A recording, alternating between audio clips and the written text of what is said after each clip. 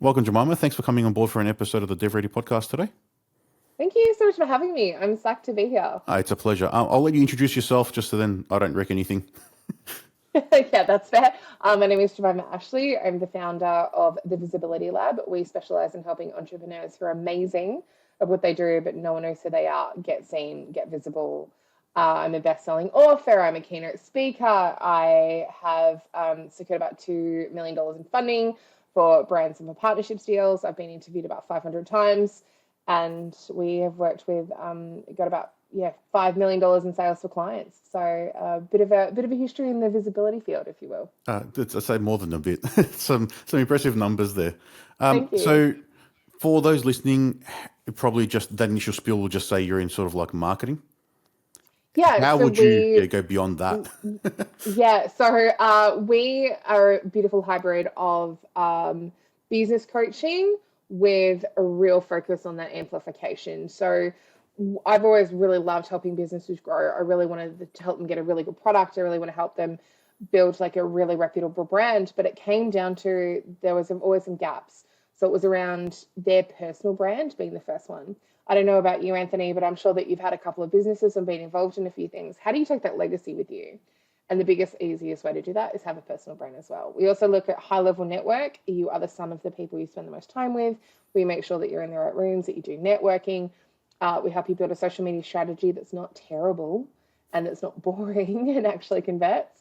We really then focus on getting media and PR pitches, getting on podcast, TV, print media, whatever that is, and then really heavily focusing on awards and speaking opportunities. So Yes, we take what you're doing really well and let everyone else know it exists. yeah. So how do you make it not boring? I'll put that as the first question. For social media, this is where people get social media wrong. They post stuff about like buy my thing, or they don't do that at all. And they just say, we're great, we're amazing, you should come work with us. What can I buy from you? What are you actually trying to sell me? What is the steps in this process? Or a lot of people just never even try to make the sale. So there's a few things that we'd add in here. Is one, you have to be an expert in whatever you do social media in. It surprises me how many people never talk about what they actually do and what problem they solve. The next thing we want you to do is build your CRM and actually do sales posts.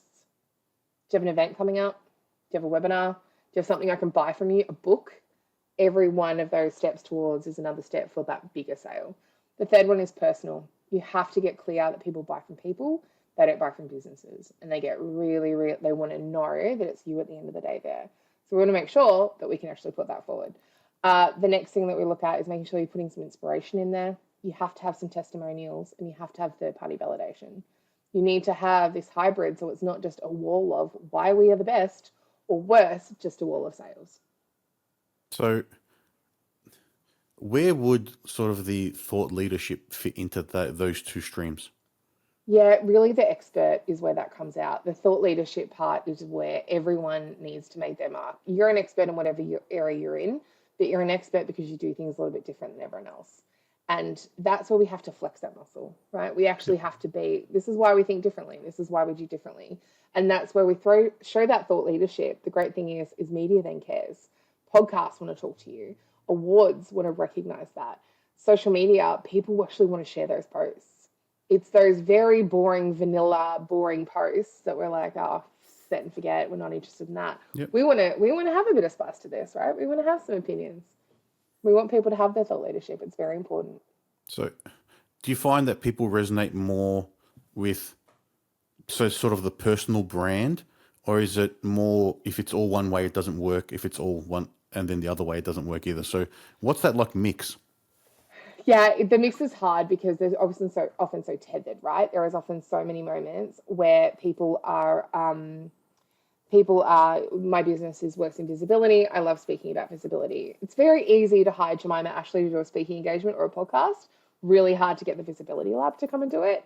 So yeah, it's like, right, people don't think about this, and it's you do have to have these separate entities.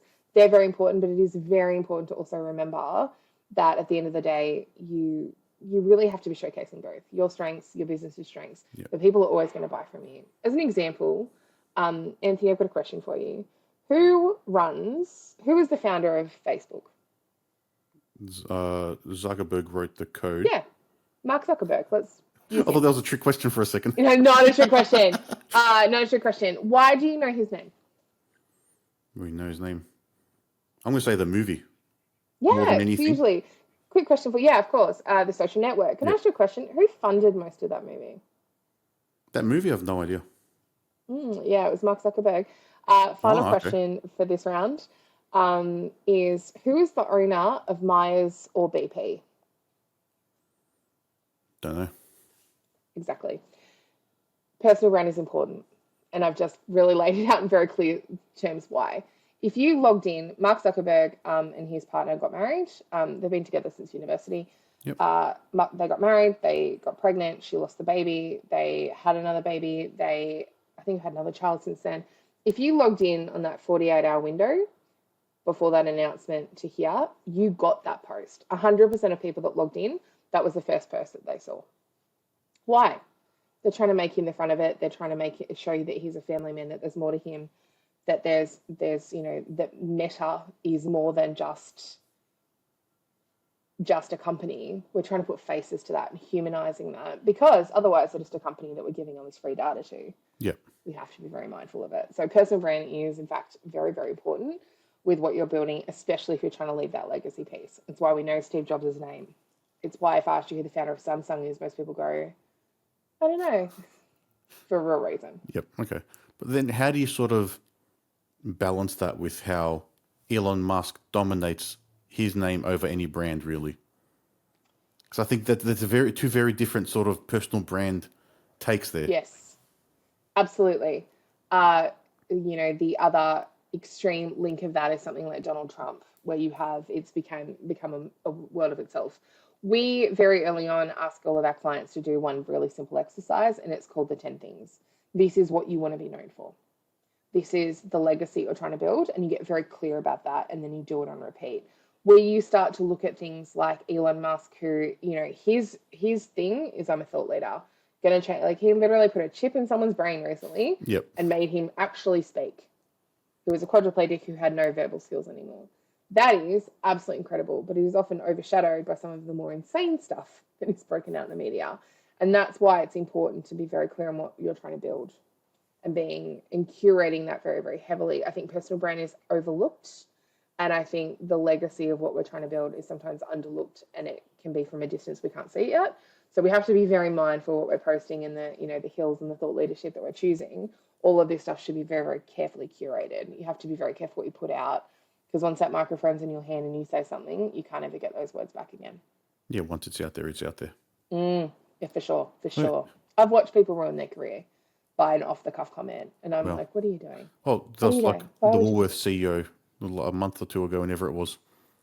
Talking about the Kellogg's guy when he was like, everyone should eat cereal for breakfast or dinner. Is that guy? No, I didn't see him. No, the actual Woolworth CEO, when he was interviewed about the price gouging, and then he had a planned retirement announced a week later. Yeah, Kellogg's got into some real trouble. I think it was a Kellogg's CEO who came out and said, what about the housing crisis, like the cost of living crisis is happening. It's really bad. What are we going to do? And he was like, eat cereal for breakfast, for dinner. Like, have cereal. It's good for you. And it's like, how delusional are you? Yep. So, yeah, these people, again, one comment and that's can take entire game over. And that's why you have good PR people who are in your corner going, don't say that, please. Yeah, you need to have that advice and direction. Call me. Please call me. What do you see as a difference then for, say, a person starting their own business, their brand and their personal brand and their business brand probably going to be very much one and the same in those very early stages as a consultant. But then for sure, if you get to like a corporate level or bigger organization, how does it change, or how should you be positioning this? Yeah, so this is where we often need to sit down with people and go, where are you going with this? Because one of the things that we see this quite regularly with entrepreneurs and business owners who start their business and they're like, loving what I'm doing, and they are the business at one point. And it's around the 150,000 mark we start to have to really pull them apart. The business needs to be operational here, and you have to be separate to that. Because like I said, Jemimah Ashleigh, very easy to get in a podcast. Hiring the Visibility Lab, much harder to get on a podcast. So we have to start pulling that apart a bit. Where we have to have alignment is in the values and in the things that we want to talk about and the things that we teach, because that's important. As soon as it starts to be deviating, they're becoming very, very separate. Where corporates get involved and where we have to be clear about that is almost knowing how you want to come across in the workforce and what you want to be known for in the workforce. I think with corporates particularly, it's overlooked until it's too late. That's where, sometimes I had a coworker once when I worked in government where he said to me once about his kid's birthday. I'd known this man for 3 years. He'd never mentioned that he had children. Not once. His wife, he'd gotten married, gotten pregnant, and had a kid all in the time that I'd known him. And he was like, this is not the place for me to share this stuff. Not saying that's right or wrong. That was definitely his choice. But again, his personal brand was really into very private. Do not. I have the most boundaries ever. And I think being very clear about that, especially when you're working in a workforce and you want to climb that corporate ladder, which I imagine anyone listening to a podcast is up to doing stuff, very important. Yeah, I was going to say it does depend on what you're trying to achieve, I guess. Yeah. And, sometimes personality hires will let you know everything under the sun. The person who's wanting to knock the CEO off the perch in the next 5 years, definitely not going to have the same approach in the 9 to 5 business career. Yeah, where that person you spoke to is just, he wants a job, go home, and then forget about it. He didn't. 100%. He's just there to work and go home. Yeah, 100%. Yeah. So then as an owner of a business or a small business, what steps do you take to start figuring out that? So figure out what your 10 things you want to be known for. Yeah. Understand your values for the business and what they are. And do they align with your personal ones or what you want to go with, I guess? Yeah. And the next step for me is always then about getting around people who are smarter than you. So this is where building, the first step we always give people is that personal brand, and the 10 things is definitely involved in that. So personal brand is things like colors, language, how you're turning up to things, what you look like. We've all jumped onto that Zoom call with somebody who has this stunning photo in the front, and then you look at the other side of it, they look and you're like, is this the same person? We have to look similar, right? My LinkedIn profile photo to me right now, same girl, right? Very clear on that. Mm-hmm. Personal brand, really important. High level network is always next. You need to be around people who are smarter than you. You are the sum of the 5 people you spend the most time with. And if you're the smartest person in the room, you are in the wrong room, because they're going to give you advice. They're going to challenge you. They're going to push you and not just say yes to you. And then we have to start communicating all of that. The next one, social media. So, and then once you have those kind of you know who you are, you have good people around you, and you're telling people who you are and what you're good at, that's where you start looking at media and PR. That's where podcasts will make phone calls and say, I want to talk to you. That's where television will go, actually, we do need to talk to you about this. Yep. You know what you're talking about. You've got some opinions on things. You're communicating them effectively. People around you have got good names around them. Media, PR, podcast, TV will jump at opportunities to get people on. Okay. So does it really come down to having opinions, not just sharing information? 100%. That seems to be the biggest thing. Yeah, thought leadership. Yeah, thought leadership is everything, especially when it comes to visibility. You have to remember, so, prior to us jumping on, we chatted about podcasts. And I was saying about, I've been on a lot of podcasts, all good, got you, totally fine. You're like, we've recorded 150. I was like, that's incredible. Most podcasts, and the people who say, I have a podcast, the average podcast will only put out about 8 episodes with an average listener of 19 downloads per podcast episode. Those numbers for the amount of work that goes into a podcast are pretty abysmal. One of the key things is people think, 1, it's easy, 2, that you just get on and talk, 3, you're not going anywhere with it. That is absolutely one of the hardest parts, because you have to have thought leadership. What are you adding to an already overly cluttered situation? What are you going to add to this? I think it is a 1% activity. Podcasting well is a 1% activity. If you get past 20 episodes, you're already in the top 5% of business owners. Yep. But just having a clue about where you're going with this and what you're adding to already cluttered conversation can change your bottom line very, very quickly. Yeah, it's a good tool. We found it as helps grow our network. So now I've met you. We haven't wasted 3 hours going to a cafe, driving there, driving back as well. So there's a benefit there as well in how much time it does save to grow a network. But we've got clients from it. That's not the aim, but it does happen. People reach out. Yeah, of course. we look at visibility, and what you're doing here as a great act of this is that look at it as like almost being breadcrumbing a little bit. You're like, the social media is one thing, building the personal brand's another thing. It's just this laying of this foundational stuff, and this is where, you know, where this repeated activity gets results. It's if I'm sure that you would have, Anthony, if you read Atomic Habits, right? It's No, this I'm idea not of like don't know the book. 10 out of 10, greatest business book I've ever read. Okay. And it's just this idea of, it's fine if you obviously eat well, you go to the gym going to the gym every day, and going to the gym for 6 hours today and absolutely beating yourself into the ground will have zero effect in your body.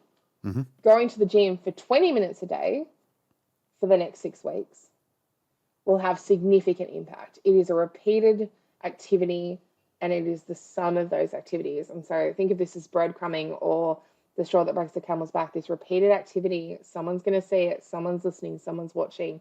And this is where social media people say to me all the time, I'm putting posts that I'm only getting a couple of likes. Yep, that's probably true, but people are watching. If you want to watch the difference of this, stories are a great option. Put a Facebook post up or an Instagram post up, and then go put a story up. Watch the 4 comments you'll get here, and watch the 200 comments you'll get, or the views you'll get.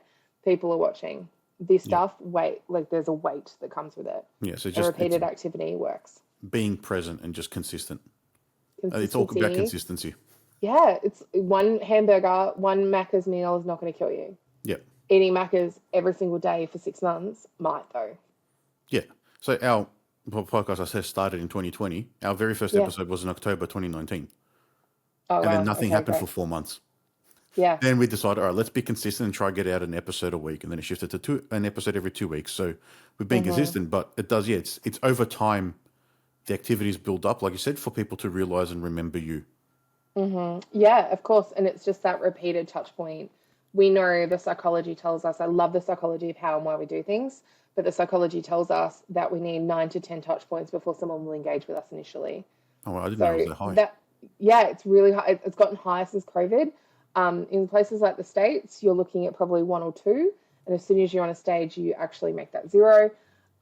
When you come into places like Australia, we have a much higher touch point. People want to look at your Facebook. They want to look at your website. They want to look at your documents that you've got. They want to look at everything. And that's okay. And we want that to happen.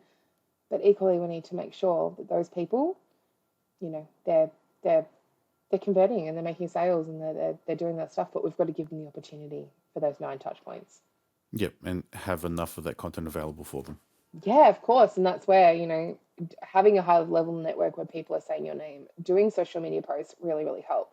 Winning awards, being on a speaker stage, being on a podcast, all of these things add up very, very quickly. Yep. So taking a step from, say, you've built up that personal brand, how do you then get, say, to what probably the next level is, which is going to be sort of like the PR side, where everyone just says, oh, do PR, but no one really knows what that means? Yeah. People refer to us as a PR firm, and I always giggle and I was like, we're not a PR firm, but okay, I see where you're going with this. So PR is a really interesting one. So you think of the television right now. It's actually the one medium that I don't think is truly ever going to go away. Sure, it's changing, news is changing, but I guarantee you that if you go to your grandma's house or your mum's house, you're going to go in there and Today or Sunrise will be on in the morning. That's just how that one goes. And TV will always be around, and there's always channels and there's always niche things to look at. So PR is one of those things that is a 24-hour media cycle. If you look at how much content is constantly being put out, that Anthony, if I asked you this question, do your clients have to be in Australia time? No. Great. So you could work with anyone, pretty much anywhere in the world. Yeah, we can do anything for anyone. That's what we end up telling them at some point. Welcome to the 24-hour media cycle now. Yep. That means that you could have a story running in London, you could have a story running in Canada, and a story running in Australia, and you're going to hit a 24-hour wall clock. Where for 24 hours in the media, your name is going to be said. There are tons of free ways to get media. Firstly, the first one for your listeners out there is go and sign up to something called SourceBottle. SOURCE. SourceBottle is amazing. SourceBottle are journalists that are looking for sources, and they are looking for a source right now. The next one is Collectively. They are the old Harrow, help a reporter out. That is the US and British market. Journalists are constantly looking for amazing people to talk about specific stories. As an example for this, I have done so many stories for places like Qantas Magazine, Mamma Mia, Hamish and Andy, Finance, Australian Financial Review, Financy, just to name a few, all for free, all on one platform because they needed someone to talk about what I could talk about, and which was usability. They are constantly looking for stories. Yes, you're going to have to kiss a couple of frogs in this scenario. You're going to have to definitely do some terrible podcasts to start with. Then you'll get some good ones, and then you'll get Hamish and Andy, and then you'll get these incredible opportunities that will come out of Source Bottle. It's so easy to do, and it blows my mind why people don't do them. Yeah, I have tried Source Bottle a few years ago. I ended up getting interviewed on Ticker TV. Incredible. You know that one? They did there very was well. somewhere on one of those Koshi, one of his networks as well, a couple things here and there.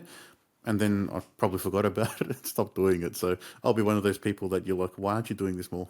Why aren't you doing this more? Because, I mean, you got a television interview out of it.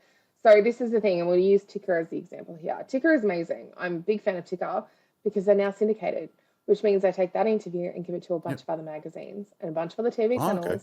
So now it's not just one interview. You do 10 or 15. I did a Mamma Mia article a few years ago that blew up. It had over a couple of million views for this article, right? Well, my cousin in Canada rang me and told me I was on the front page of MSNBC. And I laughed because I'd done one interview 3 months earlier, and it's now blowing up in Canada, 3 months later. They just released it. It went viral. Here we go. And I had so many inquiries. I had so many people, follow me on Instagram that later converted to sales. These things over time add up. Mm-hmm. And if you're doing just one of those things a year or one of those things a week, you do one social media post, one of those Facebook posts, one of those Calendly links, where you have one of those follow-up emails with Source Bottle, you suddenly got 52 media appearances in the course of a year. Yeah, which is different than just you posting to your LinkedIn. 100%. Very, very different. And it knocks down all those barriers. And suddenly you're a thought leader and you're doing cool stuff, and people are like, oh, I'm really interested in working with her. I should call Jemimah. Yes, you should. Because it's not that difficult to do. It's just, honestly, we built this into a process way to make all of this take you less than 20 minutes a day for a reason. Yep. I don't want this to take people's whole lives. You've got other things to do, like running a business. Yeah, so having those systems available and just understanding how to use them the right way will make the difference. So I can see the value in that process that you have and 100%. How it helps people get there. Because, that reach, you'll never get there on your own unless you're spending thousands upon thousands of dollars on ads.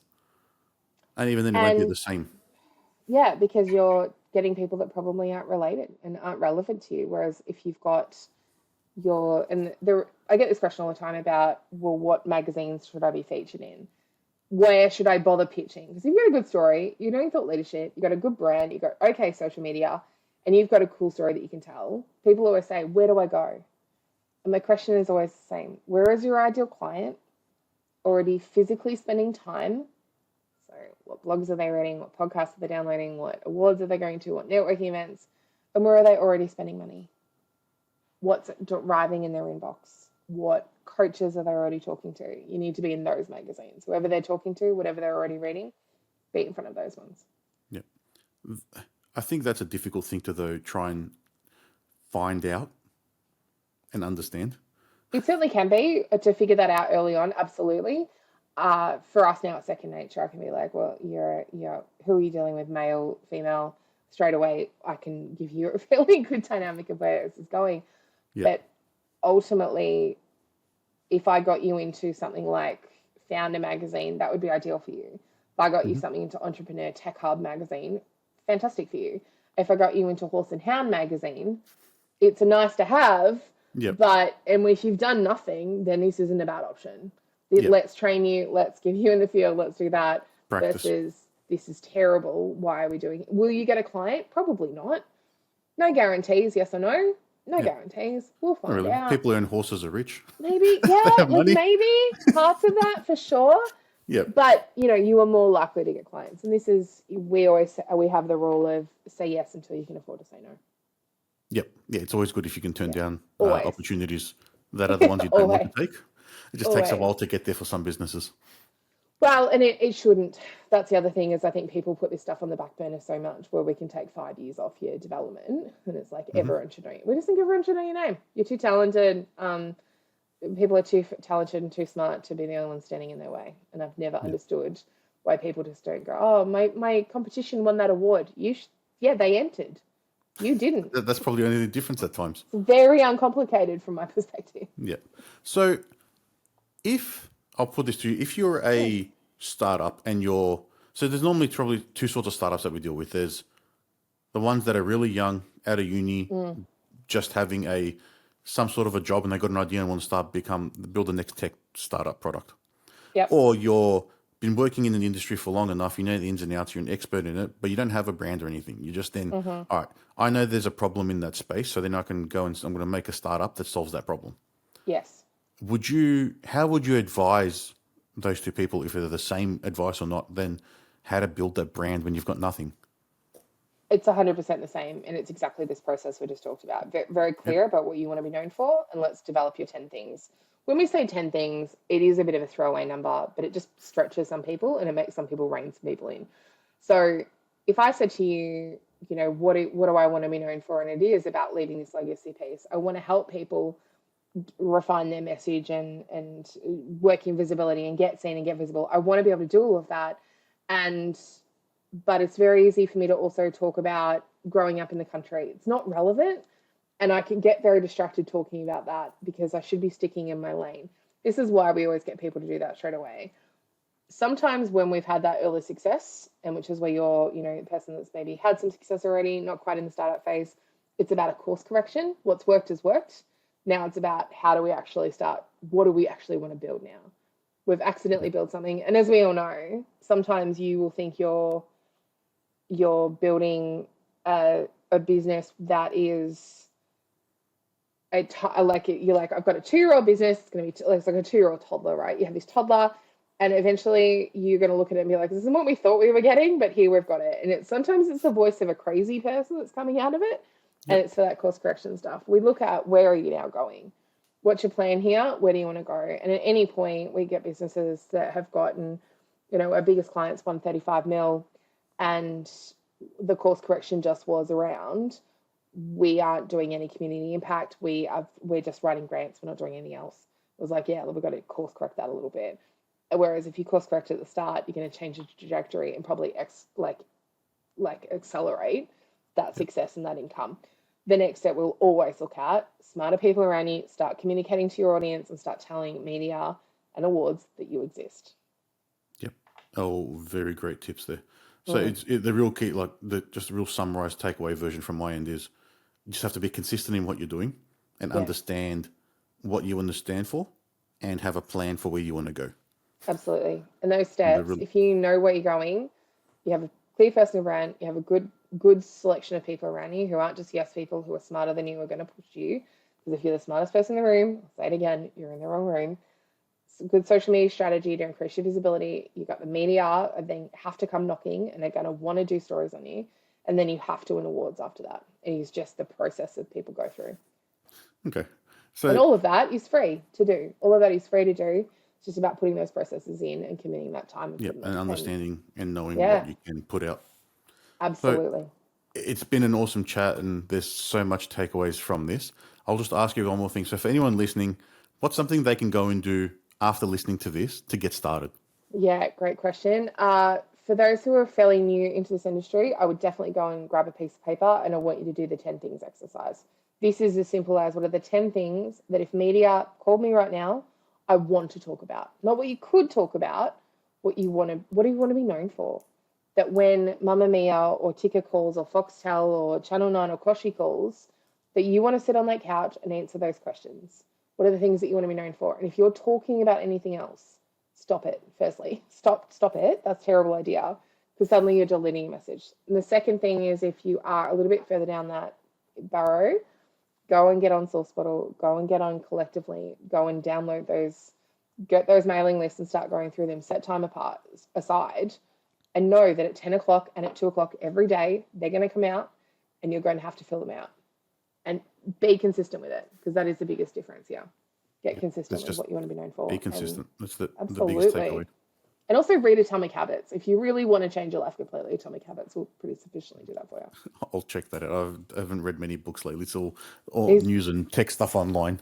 just message me when you're done. I know you're going to love it. All right. Thanks again, Jemimah. It's been a pleasure. Thanks, Anthony. Thank you.